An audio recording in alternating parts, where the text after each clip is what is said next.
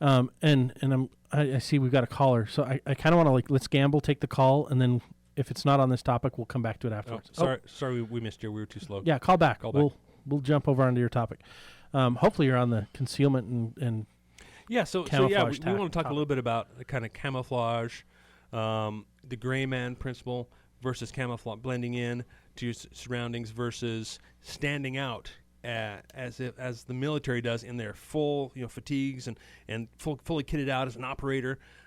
There's the three different aspects of I don't know what you call it, not necessarily camouflage, but true camouflage and blending into your surroundings. Right. As one you might typically think. The gray man principle of blending into your surroundings as well. Well, the gray man is blending in urbanly, right? That's typically what that's looked at. And then you've got like the hunter's camo or the wilderness survival camo where you're trying to not be seen, right? And where you don't leave tracks. You've got ghillie suits, and that all came from Scotland, way back in the day, and they were getting animals off land. You're trying to claim that too, huh? There, Scott. That's where it came from. All right, cool. Read your books. All right. The entire movement of snipers and ghillie suits came from the UK and Scottish hunters. Interesting. Do the research. Well, because I've actually done very it. much a grassland out there, so it's hard to you can't hide behind a tree, right? You have you've got to hide in plain sight. There you go. And that's where that came from, and it's evolved. And I mean, now they've got things you can reduce your scent. Golf came scent from there blockers. Too. What's that? Golf came from there too. Right. True. You know why there's so many holes? No. Tell me. How many holes are there? What? 9, 18? 18. There's 18 servings in a bottle, I believe, of scotch or whatever it is. That's a weird factoid I found online. I was like, oh, that's interesting. I don't drink, but non-prepping related. Let's jump back. Like camouflaging, hiding in plain sight, being invisible, or being auspicious. Is that the right word I'm looking for? Like being there but not being the focal point. Yes, is really what I want to say. Being able to move through a crowd or through a forest with minimal disruption, without being noticed, without making a sound, essentially. And the same thing urbanly and in our lifestyle. Like we don't have to stand out. And it's funny because social media, especially like Instagram, since Instagram and Facebook, they want you to stand out, right? They want you to show off. And so we get this false sense of identity of, so-and-so's always vacationing and so-and-so's always, and it's funny because I'll talk to some of these influencers and they're like, oh yeah, we'll do a photo shoot and we'll go do a photo shoot in one day, and that's every photo I need to launch on my profile for the next month and a half. So I'm not really living that lifestyle, but they need to portray that so that they get people to follow them, so that they can then market to them what they need. Otherwise, they're not an influencer and they don't have a revenue stream from that platform. But it's like it's this platform of false hope, and that's all platforms of social media is like this. It's false connection. It's not real, truly social. And we try and be as real as possible in our social media. I mean, that's one of our only avenues, other than here broadcasting over the library, to get your attention, to hopefully awake you if you're asleep. We'll throw jokes out. We'll throw content out. We'll throw reality checks out. Like we want you to be able to engage with us, and if you have content you want us to talk about, that's the best way to get a hold of us. Like just get it on our Facebook page. But there's so much that people will just go and follow that is irrelevant, and it does not really help us in life. It does not really improve our situation. Whereas simplifying, going a little bit gray, so to speak, going a little bit camouflaged in life, can really take stress levels down. Like the flashy car, or the new house, the big shinies, all the big shinies in life. Like if we can enjoy the simple shinies and enjoy maybe the tattered and torn a little bit better, we'll be able to better survive anything because we'll have a better mindset. We're not going to be married to those items. Yeah, I think you're absolutely right. One of the, take my vehicle, for example. I've got a 4Runner. It's your second wife. Sure, you can call it that. You talk about it. I spend all the time. I spend more time in my 4Runner than I do. Well, that's because of your job. Because of my job and such. But what are we always talking about? Tires. We're talking about lifts. We're talking about suspension. All kinds of goodies. All the things you want to modify on your car and tweak out and take care of. What I really love most. And you baby it too. Yeah, I do, but I use it. And what I love most about it, what I was leading towards, is that it has scratches. It has dings, and I consider them, trophy marks. Well, and it's not like, oh, I've got to, and I know some people who are OCD about these kinds of things, right?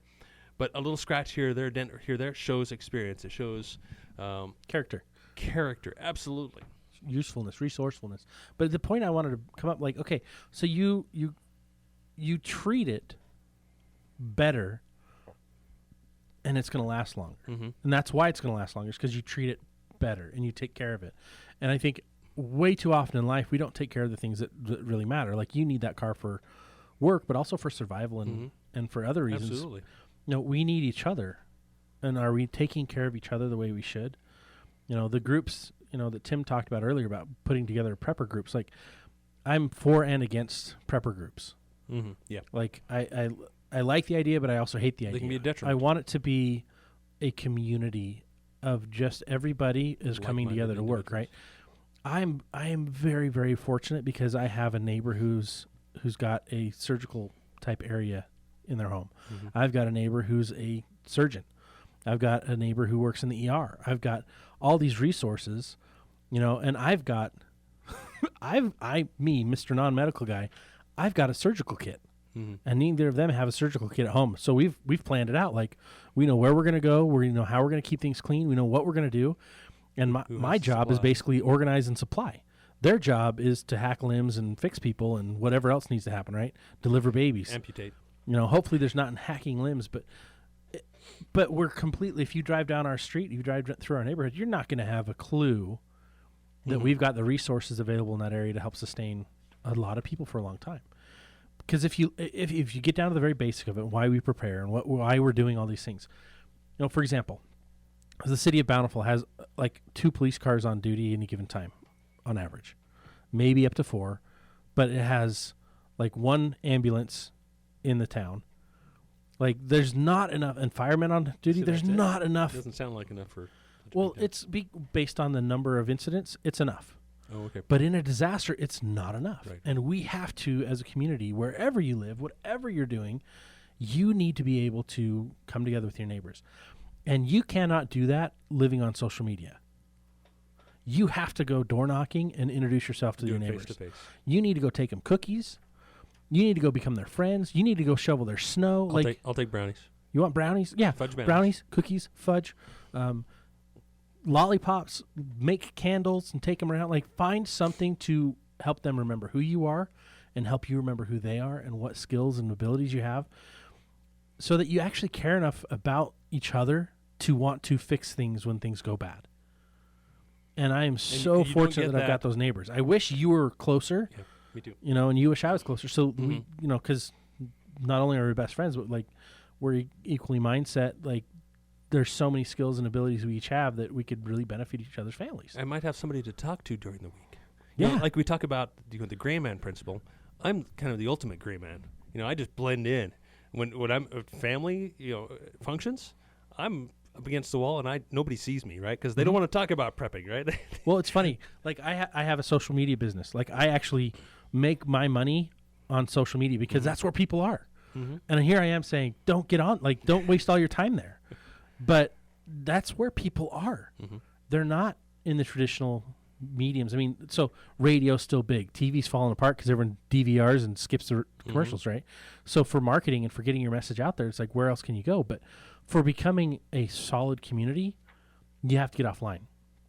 You have to go gray a little bit and get found. You have to get connected with your community. Like, I joke because I've got this social media business. It's a digital marketing company, and I don't want to take on any more clients and work harder, because then it takes away from everything else I'm doing for the radio show and for, quality of life. But the other part of it is being in digital marketing, you're disconnected from people automatically, because I'm creating content, launching content, looking at all the metrics and seeing how it's performing and tweaking and tuning.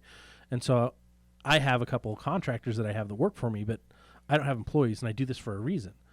But the problem is I then don't have anyone to talk to. So I drive Lyft on the side for fun. It makes money, but that's where I get to talk to people. And my number 1 topic's food. Number 2 topic is politics. Number 3 topic, preparedness. Yep. And it's crazy how many people are like, wow, I haven't thought of it that way. Yeah, and I make it a point to bring that up in pretty much any conversation at least, just mention it and see where it bounces, right? Yeah. Throw it out, see if it sticks. If it sticks, yeah, we keep talking, right? If the pasta ready, throw it against the wall. Exactly. There you go. And if it bounces off, then we talk about sports, right? or find out what they're interested in. Exactly. So, and I've noticed, in most of these conversations, I'll throw it out and we'll have a small conversation about it, and then I know when to pull back, to stop and pull back and abort. And I know when to go deeper too, because I'm getting pretty good at this. Honestly, I'm getting really darn good at this. But I think in our less than 20 minutes now, time is flying. Let's dig a little bit more into this camouflage thing, okay? Right? Because we talk about gray man, because we find ourselves in an urban or suburban setting most of the time in the city. So we've talked digital. Now let's talk physical.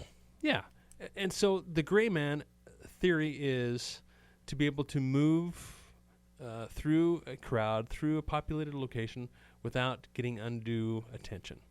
And there are a lot of benefits to that. A lot of us, on social media, like you're saying, want to stand out, and that's something we try and do as Prepper Talk Radio on Facebook and such, to try and get your attention to then point you towards things that we believe in. Yeah, it's not being a threat, right? It's making people think you don't really exist.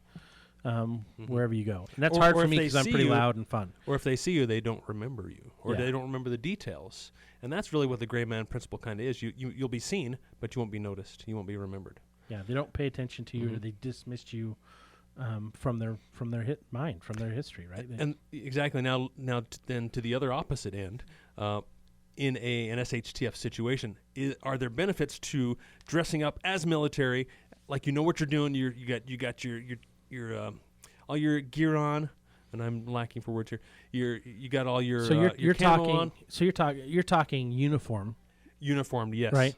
I think there's definitely more dangers to that than there are positives. What about if in your community you have your squad, whatever you want to call them, your group, who are assigned to for protection, like a security detail, like a security detail, right? All in their uniforms. And look like they know what they're doing. I think that has probably the only real world application for me. Okay. To dress that way. Okay. I think there could be a psychological edge in some cases, but I think there's more dangers. Okay.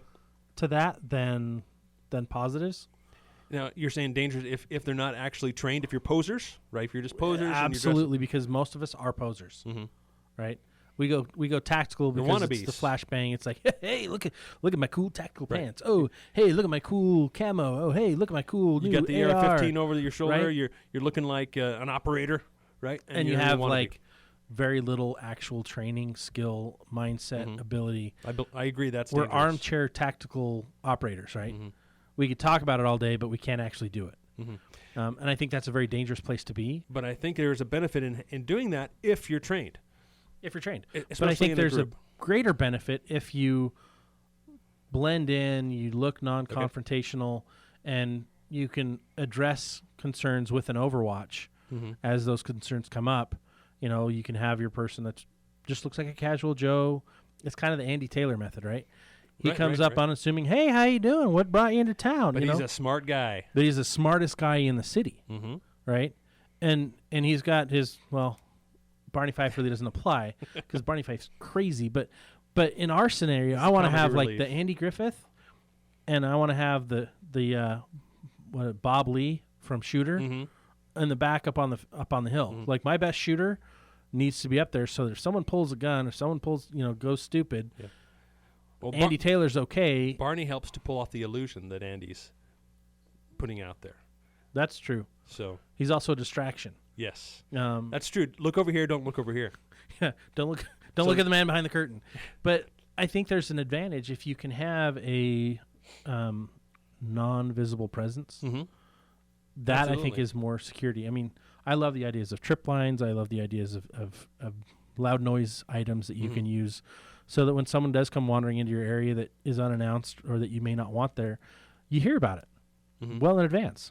And what I'd like to bring up here in the last 10 minutes or so is there's something called the 7 S's of concealment. Okay. So not that we're experts on concealment or camouflage, but I find these very interesting and applicable in so many different aspects of the gray man, of full concealment and camouflage, as well as the let's get all in our uniforms and look like we know what we're doing. Right.